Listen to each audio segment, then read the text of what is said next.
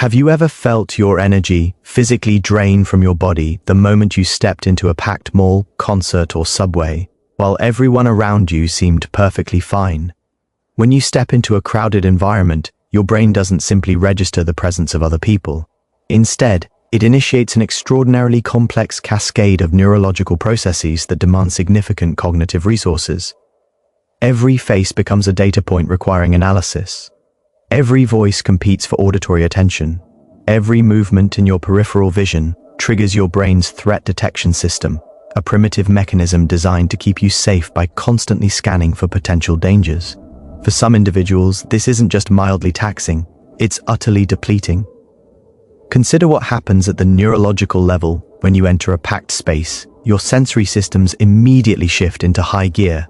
The visual cortex struggles to process hundreds of moving stimuli simultaneously. Your auditory system attempts to filter meaningful sounds from an overwhelming wall of noise, a phenomenon psychologists call the cocktail party effect. Meanwhile, your olfactory receptors detect dozens of competing scents.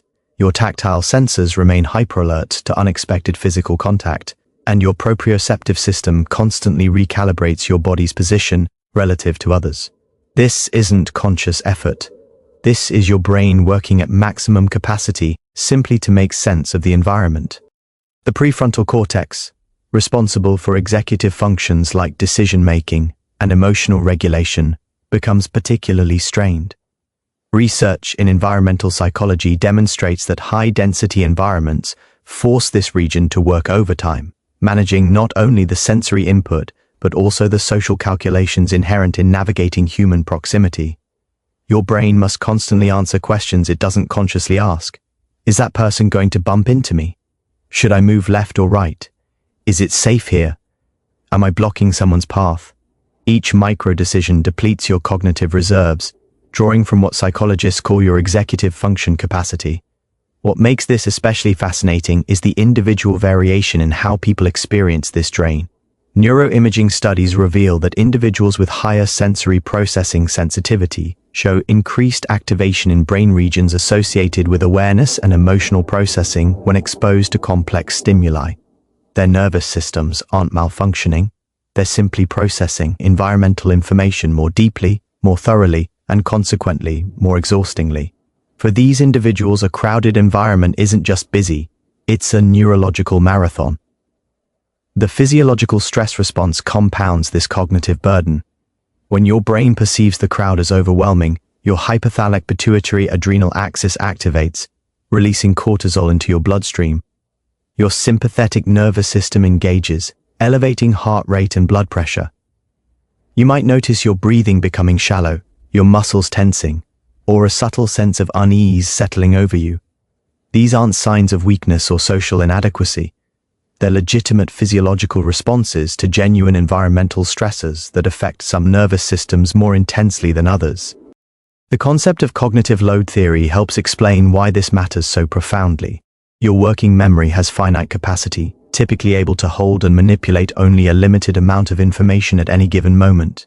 In a crowd, that precious cognitive bandwidth gets consumed by environmental management rather than meaningful thought or social connection. You're not fully present because you can't be. Your brain is too busy managing the chaos around you. This is why some people leave crowded places feeling not just tired, but completely emptied out, as though something vital has been extracted from them. Because it has. Their cognitive energy, their attentional resources, their neurological reserves have been systematically depleted by an environment that demanded more than they could comfortably provide. Understanding this isn't about labeling yourself as deficient. It's about recognizing that your brain's response to density is both real and valid. The invisible bubble surrounding your body isn't imaginary. It's a psychologically significant zone that your brain monitors with remarkable vigilance, and its dimensions vary dramatically from person to person. Anthropologist Edward Hall revolutionized our understanding of human spatial behavior when he identified that we maintain distinct, territorial zones, each serving different psychological functions. What he discovered wasn't merely cultural preference, it was fundamental to human psychological functioning. For some individuals, these zones extend considerably further than average, creating an inherent tension in environments where maintaining preferred distances becomes impossible. Your brain calculates proximity constantly, operating sophisticated neural circuitry dedicated entirely to tracking how close other bodies are to yours. The amygdala, your brain's emotional processing center, activates when someone enters your personal space unexpectedly. This isn't paranoia or antisocial tendency. This is your limbic system doing exactly what evolution designed it to do, alerting you to potential boundary violations. Research in proxemics demonstrates that when personal space thresholds are breached, measurable physiological changes occur. Cortisol levels rise. Galvanic skin response increases. Heart rate variability decreases. Your body registers the intrusion as a stressor, regardless of whether the person nearby poses any actual threat. What makes this profoundly important is recognizing that personal space requirements aren't uniform across humanity. They exist on a continuum, influenced by temperament, developmental experiences, cultural background, and individual nervous system sensitivity. Some people feel comfortable with minimal distance, thriving in close physical proximity to others. Their threshold for spatial intrusion sits at perhaps 18 inches or less. For others, comfort requires substantially more distance, sometimes extending to several feet in all directions. Neither preference reflects psychological health or pathology. They're simply different set points on the spectrum of human spatial needs. The psychological distress that emerges when these boundaries cannot be maintained reveals something crucial about human functioning. When you cannot control the space around your body, you experience a fundamental loss of autonomy. Control over our immediate environment is deeply connected to our sense of agency, our feeling that we can influence what happens to us. Environmental psychology research consistently demonstrates that perceived control significantly impacts stress responses and overall well-being. In crowded spaces, this control evaporates. Bodies press against you without consent. Strangers enter your intimate zone, the space typically reserved foe. Close relationships. Your brain's territorial monitoring systems remain in constant alert mode, unable to relax because boundaries cannot be established or defended. This territorial need connects intimately with the psychological concept of optimal stimulation. Each person has an ideal level of environmental stimulation where they function best. Too little stimulation creates boredom and restlessness. Too much creates overwhelm and anxiety. Personal space serves as a buffer, a protective zone that allows you to regulate incoming stimulation. When that buffer shrinks or disappears entirely, you lose your primary tool for managing sensory and social input. You become unable to modulate what reaches you, forced to accept whatever the environment delivers. The anxiety some people experience in crowds often stems not from the people themselves, but from this spatial violation. It's the physical impossibility of maintaining psychological boundaries that creates distress. Your body knows it needs more room than it has. Your brain recognizes that its territorial requirements cannot be met. The resulting tension isn't irrational fear. It's a rational response to having a genuine psychological need systematically frustrated. Understanding your personal space threshold isn't about accommodating weakness. It's about honoring a legitimate aspect of your psychological architecture, recognizing that your need for distance is as valid and important as someone else's comfort with closeness. The cultural narrative often conflates avoiding crowds with broader social difficulties, creating a misleading equivalence that obscures important psychological distinctions. When someone says they dislike crowded places, observers frequently jump to conclusions about their personality or mental health, assuming either introversion or social anxiety must be at play. This oversimplification misses the nuanced reality of how different psychological mechanisms produce superficially similar behavioral outcomes. Understanding these distinctions matters profoundly, not just academically, but for how individuals understand themselves and navigate their psychological landscapes. Introversion represents a fundamental personality dimension rooted in how your nervous system responds to stimulation. Carl Jung's original conceptualization, later refined through decades of personality research, identified introverts as individuals whose energy depletes through external engagement and replenishes through solitude. The introvert in a crowd isn't necessarily afraid or anxious. They're experiencing a predictable energetic cost associated with their neurobiological wiring.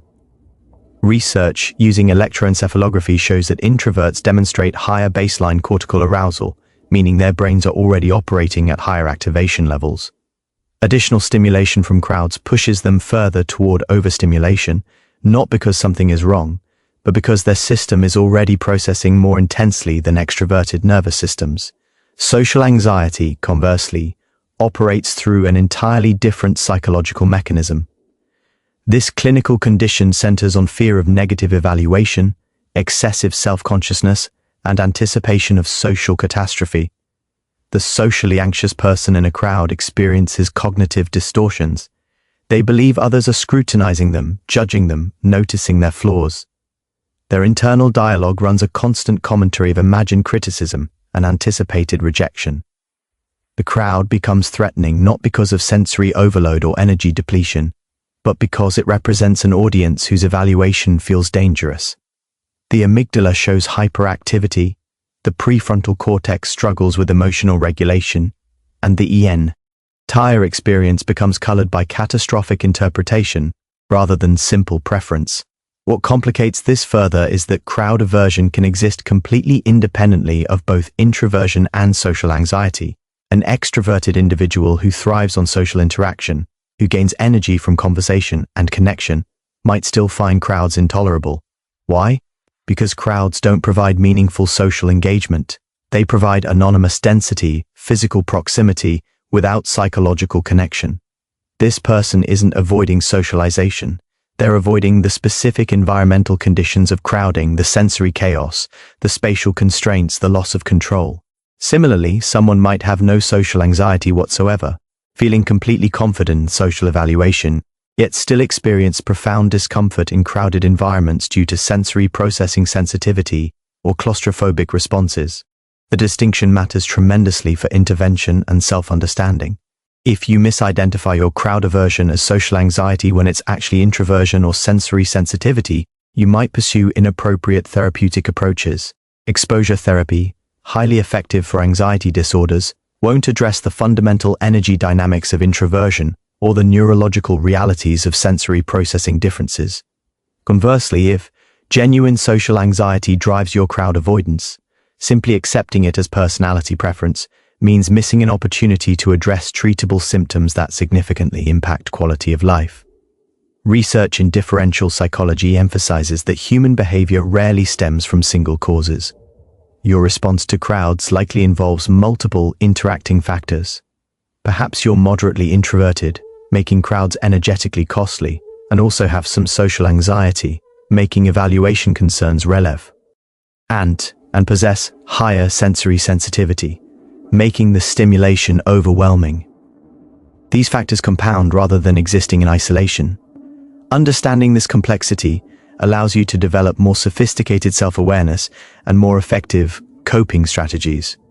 Your crowd aversion tells a story about your psychological makeup, but it's a nuanced narrative requiring careful interpretation rather than quick categorization. The fundamental human need for autonomy extends far beyond decision-making about life choices or personal relationships. It permeates every aspect of psychological functioning, including something as seemingly simple as controlling the physical environment around you. When you enter a crowded space, you immediately surrender something psychologically precious. You lose agency over your immediate surroundings, and this loss reverberates through your emotional and cognitive systems in ways that profoundly impact mental well-being. The psychological literature on perceived control consistently demonstrates that believing you can influence your environment isn't merely pleasant, it's essential for maintaining psychological equilibrium and resilience against stress.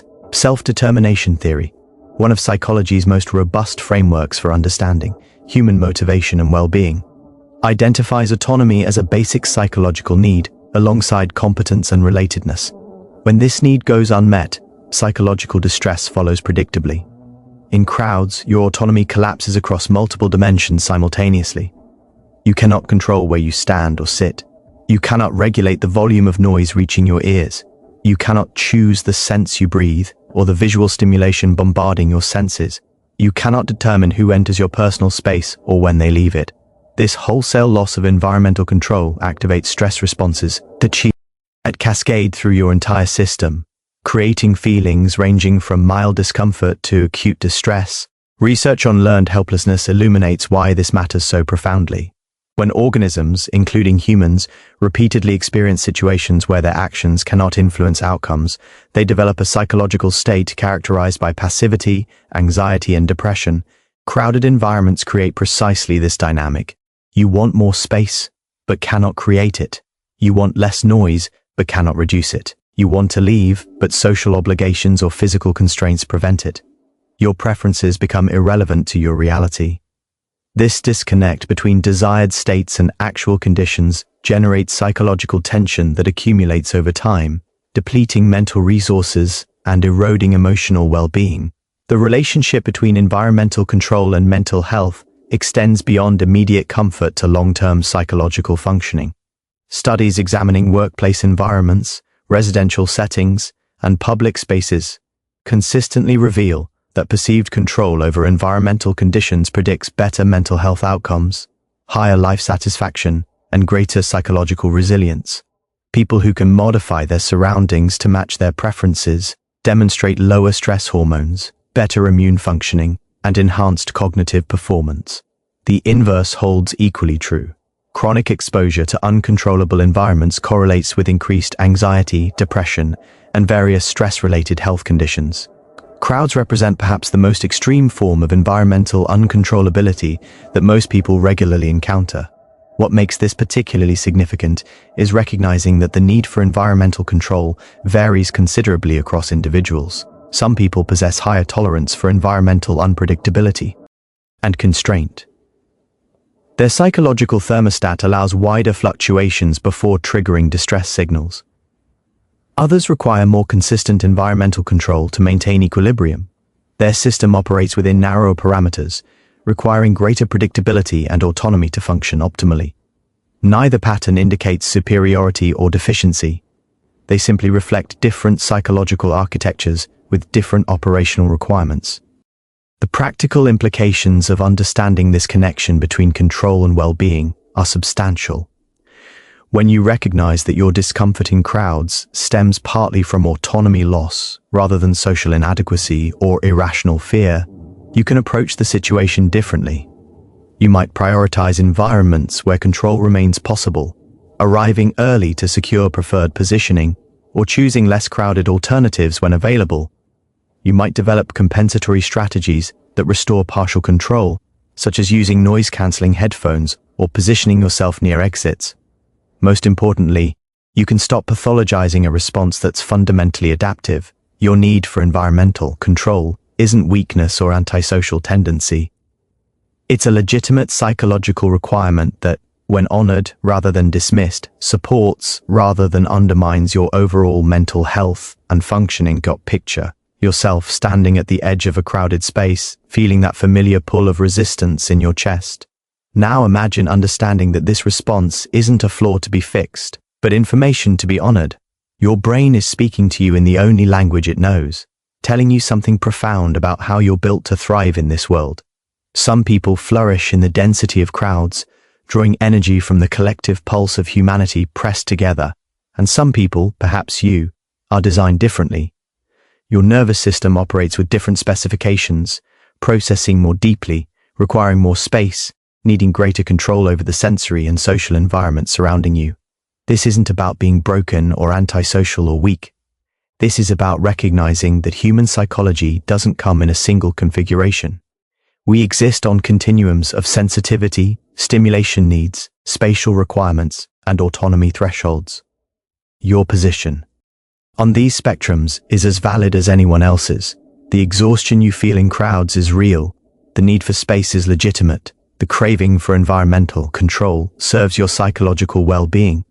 Understanding this transforms everything. You stop forcing yourself into environments that deplete you and start architecting a life that respects your actual needs rather than accommodating someone else's blueprint for how humans should function.